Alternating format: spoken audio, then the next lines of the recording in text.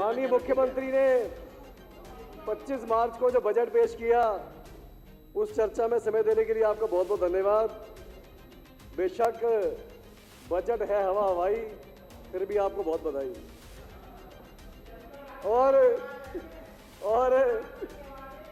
और सदन में आते ही स्पीकर साहब एक सीरियल आता था, क्योंकि सास भी कभी बहू थी। मेरे को बार बार वो ध्यान आ जा रहा है, और उसका शीर्षक ये ध्यान आ रहा है, क्योंकि अध्यक्ष जी भी कभी एलओपी थे। और वो किस लिए ध्यान आ रहा है कि कई बार हम देखते हैं कि जो बहू होती है उसको सास के आचरण से शिकायत होती है, भाई सास मेरे साथ पक्षपात करती है, बेटी के साथ ज़्यादा लगाव है, मेरे साथ कम लगाव है।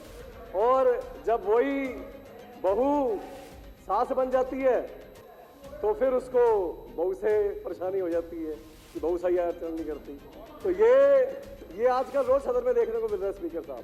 तो हम ये जरूर मानते हैं कि अध्यक्ष, कहते हैं कि अध्यक्ष का जो पद है वो निष्पक्ष होता है, राजनीतिक तौर पर वो हो नहीं सकता, पर एटलीस्ट दिखना चाहिए स्पीकर साहब। थोड़ा उसमें हमें आपसे उम्मीद है कि आप ये चीज़ दिखाने में सफल हो कि अध्यक्ष का पद निष्पक्ष है। स्पीकर साहब, बार बार ये कहा जा रहा है कि पिछले 10 साल 11 साल में कुछ नहीं हुआ जी, खजाने खाली पड़े हैं, कुछ हुआ ही नहीं जी। तो ये जो मैनिफेस्टो था आपका, शुरू मैनिफेस्टो से कर रहा हूँ, उसके पहले पॉइंट पे 16 संकल्पों का एक जो आपने पत्र दिया था, उसकी पहली लाइन में क्या लिखा था?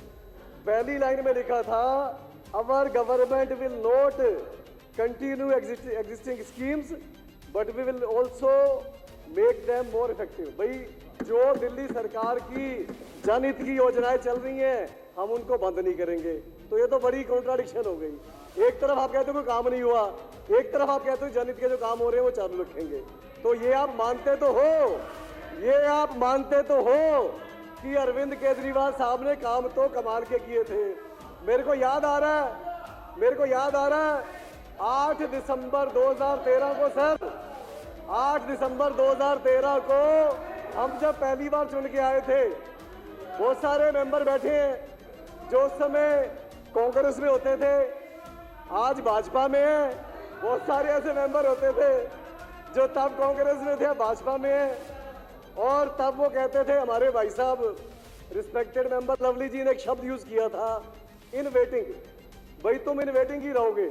यहाँ भाजपा वाले बैठे थे, वहां हम बैठे थे, इधर ये बैठे थे, कि तुम हमेशा अभी लंबे टाइम तक इन वेटिंग ही रहोगे। और वो चीज सत्य भी हुई कि लंबे टाइम तक उसके बाद लगातार 3 चुनाव हुए, बीजेपी इन वेटिंग रही। क्योंकि दिल्ली वालों ने 1993 से लेकर 1998 का जो दौर देखा, जिस दौर में 3 बार आपको मुख्यमंत्री चेंज करने पड़े, तो उस दौर को दिल्ली वालों ने याद रखा कि इतनी अनस्टेबल गवर्नमेंट जिसको हर कुछ दिन बाद मुख्यमंत्री चेंज करना पड़ जाए, वो दिल्ली वालों को दोबारा नहीं देखनी थी। बार बार कह रहे जी ऐतिहासिक बजट आ गया। अभी आपका पुणे राज्य वाला मसला लेके आना मेरे को। मदन लाल खुराना जी की आत्मा को शांति तभी मिलेगी जिस दिन आप पुणे राज्य का मसला उठाओगे। साहब सिंह वर्मा जी की आत्मा को शांति तब मिलेगी जिस दिन परवेश वर्मा जी पूर्ण राज्य का दर्जा दिलाएंगे। अब आपकी जिम्मेवारी है अपने स्वर्गवासी पिताजी की आत्मा को शांति दिलाने की। अब सुनो, बार बार ये कहा जा रहा है जी लाख करोड़ का पहली बार बजट आया जी, 1 लाख करोड़ का।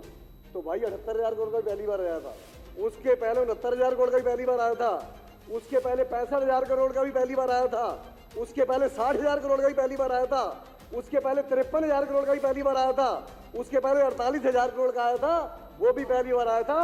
मुझे याद है कि जब कांग्रेस की सरकार गई थी, आम आदमी पार्टी की सरकार आई थी, तब 30,000 करोड़ से नीचे का बजट होता था। अरविंद केजरीवाल की आम आदमी पार्टी के सरकार जब रही तो 30,000 करोड़ के नीचे के बजट को उठाकर 75,000 करोड़ तक लाने का काम आम आदमी पार्टी के अरविंद केजरीवाल सरकार ने किया। आप करो, आप अपने वादे पूरे करो। लंबा सारा घोषणा पत्र दिया, इतना लंबा।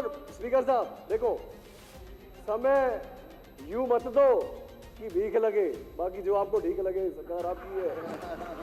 समय तरीके से दो सर, आपके बंदे इतनी देर बोलते हैं, आप कुछ नहीं कहते। और स्पीकर साहब सुनो, अब ये बार बार मुख्यमंत्री साहिबा ने अपनी तकरीर में बोला पिछली सरकार ने कोई काम नहीं किए। पेज नंबर 48 मैंने रात को टाइम मिला, थोड़ा पढ़ा। उस पे लिखा है कि सार्वजनिक परिवहन का नया दौर। पहली लाइन में लिखा है कि दिल्ली दुनिया में सबसे बड़ी इलेक्ट्रिक बस फ्लीट में तीसरा नंबर रखती है। वो ऐसी हो गई, वो बिना काम किए हो गई। तो ये एक अच्छी ये सभ्यता होगी कि आप पुरानी सरकार के अच्छे कामों को कंसीडर करो। आपको मौका मिला है, आप और अच्छे काम करो, पर पुरानी सरकार के कामों का एक्नॉलेज भी करो। अगर सरकार ने काम ना किए होते, एवं 70 विचों 3 आंदियां, 70 में से 3 कैसे आई? अरविंद केजरीवाल सरकार ने काम करा। 70 में से 8 कैसे आई? अरविंद सरकार ने केजरीवाल ने काम करा। ऐसे थोड़ी आती है, ऐसे थोड़ी जमानतें जब आती है। और अभी सुनो, अभी भी जीते नहीं हो, हारते हारते बचे हो 18 सीटों पे, हारते हारते बचे हो 392 वोट, 350 वोट, 400 कुछ वोट। अगली बार जनता ने गलती सुधार लेनी है और 70 की 70 सीटें लेके आ बैठेंगे। अगले वक्त काम किया है। स्पीकर साहब,